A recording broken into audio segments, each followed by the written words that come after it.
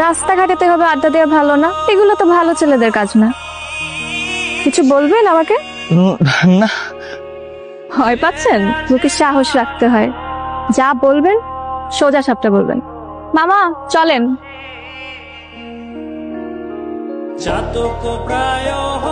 এদিকে আসেন।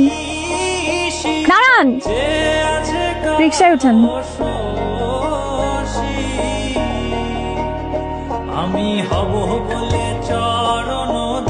রাতে রাতে এখানে আসছো যে? আমার আপনাকে দেখতে খুব ইচ্ছে করছিল। সারাদিন 5-7বার দেখার পর যদি দেখতে ইচ্ছে করে তাহলে তো মুশকিল। হয় না তো, আমার তোমাকে 5-4 বার দেখে মন ভরে না, আমার তোমাকে অগণিতবার দেখতে ইচ্ছে করে। বুঝলাম। তো এই শীতে যে শীতের কাপড় ছাড়া আসছো, এটা কি ঠিক আছে? তোমাকে দেখার পর থেকে আমার জীবন থেকে শীত, গ্রীষ্ম, বর্ষা সব চলে এসে গেলাম।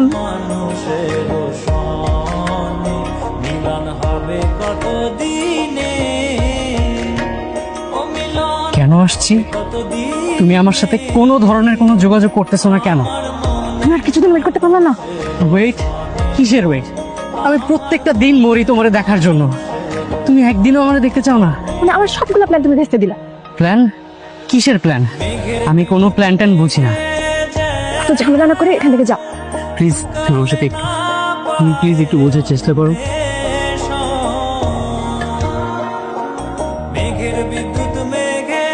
আচ্ছা, তুমি শুধু শুধু এরকম মারামারিতে জড়াতে গেলে কেন? আমার সামনে পৃথিবীর কেউ তোমাকে বিরক্ত করতে পারবে না। কিসের ভয়? আমার জীবনে এত সমস্যা, কত সমস্যার সমাধান করবে। কিসের সমস্যা? ছোট থেকে ইচ্ছে ছিল ডাক্তারি পড়বো, বাবা মার ইচ্ছার বিরুদ্ধে সায়েন্সে ভর্তি হলাম। ইন্টারে ভালো রেজাল্টও করলাম, কিন্তু ঢাকায় যে মেডিকেল কোচিং এ ভর্তি হতে হবে, হোস্টেলে থাকতে হবে, কত খরচ। এত খরচ তো বাবা মা দিতে পারবে না। তোমার বই খাতা, কাগজপত্র, ওষুধপত্র সবকিছু ঠিক মতো নিছো? হ্যাঁ, আচ্ছা নিছো। আচ্ছা শোনো না, তুমি ওখানে গিয়ে কই থাকবে? হ্যাঁ, যার সাথে থাকবে সাথে কথা হয়েছে? হ্যাঁ, বলছো তাহলে সবকিছু?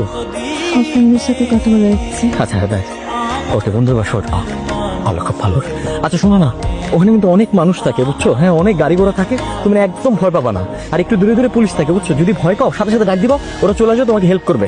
একদম ভয় পাও না, একদম চিন্তা করবে না। তুমি শুধু সময় মতো খাবারটা খাবা, যদি তোমার খারাপ লাগে তুমি ওষুধ খাবা, আর হচ্ছে একদম মনোযোগ দিয়ে পড়ালেখাটা করবা, বুঝতে পারছো? আর শোনো না, মানে তোমার যদি মানে একটু সময় হয়, মানে আমার একটু খোঁজ নিও বুঝছো, আমার তুমি ছাড়া কেউ নাই। তোমার আস্কারা পেপে আজকে ওই অবস্থা হয়েছে। তুমি জিজ্ঞেস করো, আমার সারা জীবনের সঞ্চিত টাকা দিয়ে তোমার জন্য গয়না কিনেছিলাম, সেই গয়না নাই। আরে বেটা, জুই কই গেছে সেইটা কো? জুই ঢাকায় মেডিকেল কোচিং এ ভর্তি হয়েছে। জুই তোমারে আলু দেখায় আর একটা পুলার লোকে ভাইয়া গেছে। হাজার পেতে পারবেন একদম। মেয়ের বাপ, এলাকার লোকজন সবে তোরে খুঁজতেছে। তোমার সাথে পরিচয়ের মুহূর্তটা আমার জীবনে অনেক কঠিন সময় ছিল। অন্তিকের সাথে সম্পর্কটা বাবা মা মেনে নিতে পারেনি, তো তাই তোমাদের এলাকাতে আসতে হয়। তোমার সাথে পরিচয়ের পর আমার জীবনের সবচেয়ে সুন্দর মুহূর্ত কেটেছিল।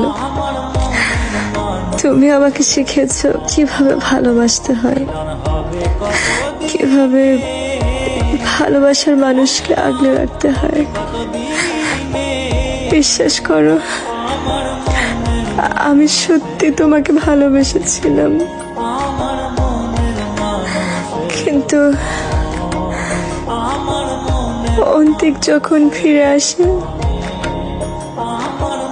আমি ওকে ফেরাতে পারিনি। কেন জানো? ওর সাথে বেড়ে উঠেছি তো, ও আমার প্রথম প্রেম।